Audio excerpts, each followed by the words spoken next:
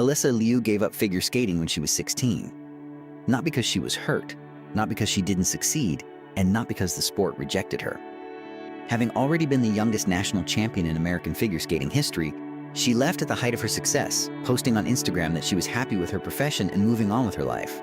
There was a term for this in the sports world. It wasn't a nice one.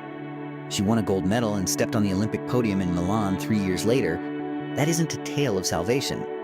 That's a more intriguing thing. That is proof that the action we advised her to take, quitting, was what ultimately led to her victory. She is also not by herself.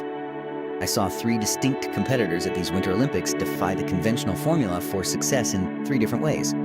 A figure skater had to give up in order to return. The United States recently won its first hockey gold in 46 years thanks to a goalie that every system ignored. A freestyle skier who became the most decorated in her sport's history and referred to it as an accident, the same Olympics, the same month.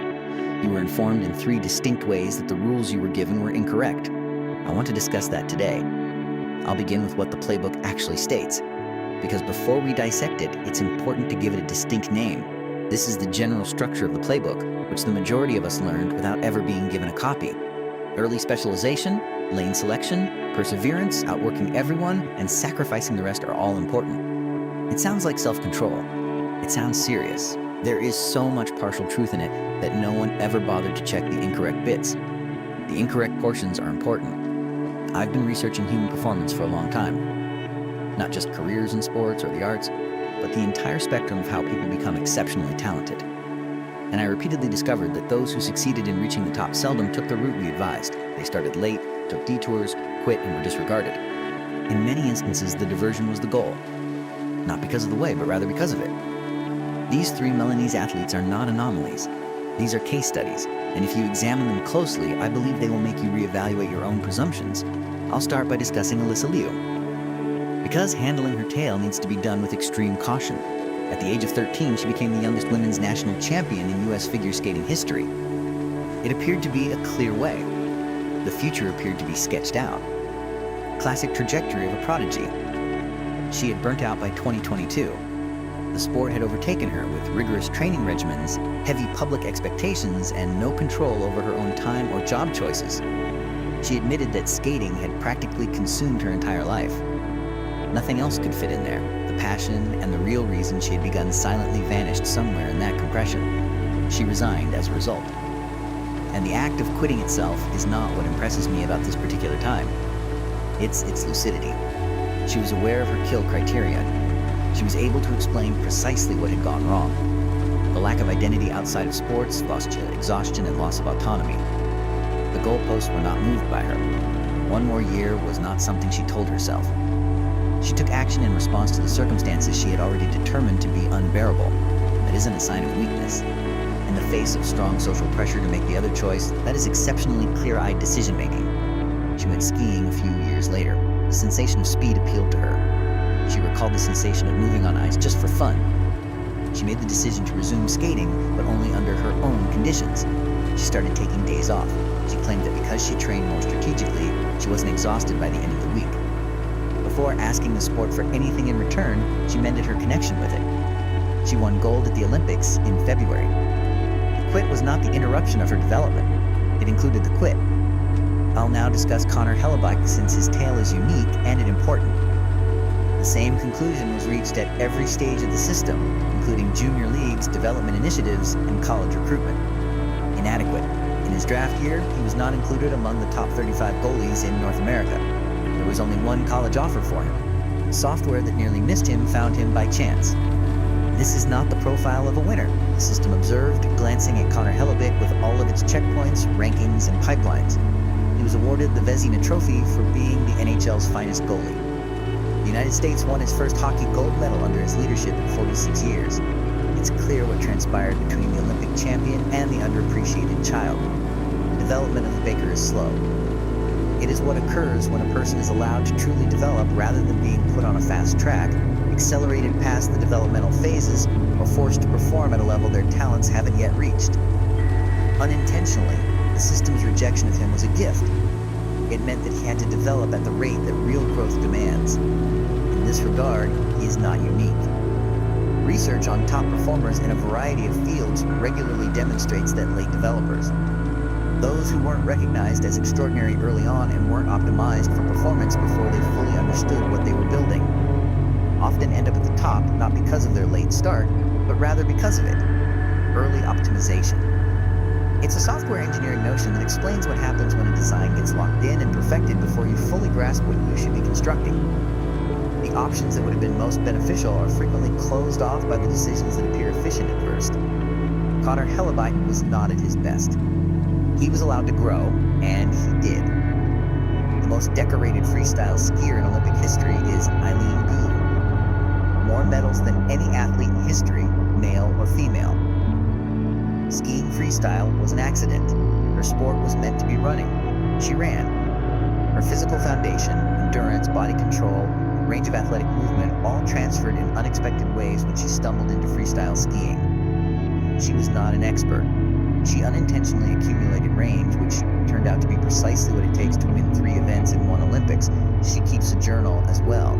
After each training session and tournament, she records what went well, what didn't, and what she should do differently.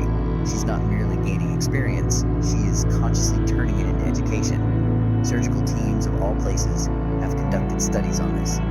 Complication rates decreased more quickly for teams who spent 20% of their time reflecting as a group, talking about what worked, what didn't, and what needed to be changed, than for teams that spent 100% of their time just performing additional operations. The results were not improved by doing more.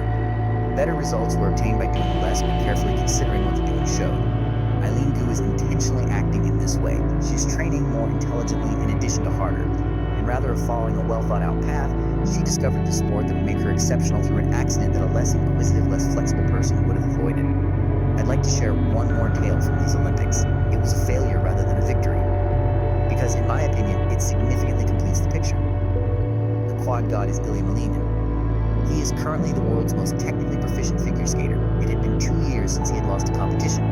He was the clear favorite to take home the Milan gold. On 2 jumps, he fell. He gave up on a number of others. Everyone in attendance was taken aback by the collapse. His subsequent remarks were remarkable for their candor. All the traumatic moments in my life flooded into my head when I lined up for my routine, he added. I simply couldn't cope with the barrage of negative thoughts that came in. The physical training, the skills, and 2 years of continuous success were all present. And something got around it all under the unique strain of an Olympic moment. Siao, a cognitive psychologist, has been researching this for decades. Your years of training result in the automation of your skills. Just like you can ride a bike without paying attention to every little balance adjustment, you may perform them without conscious thought. That's the objective. That's what high performance demands.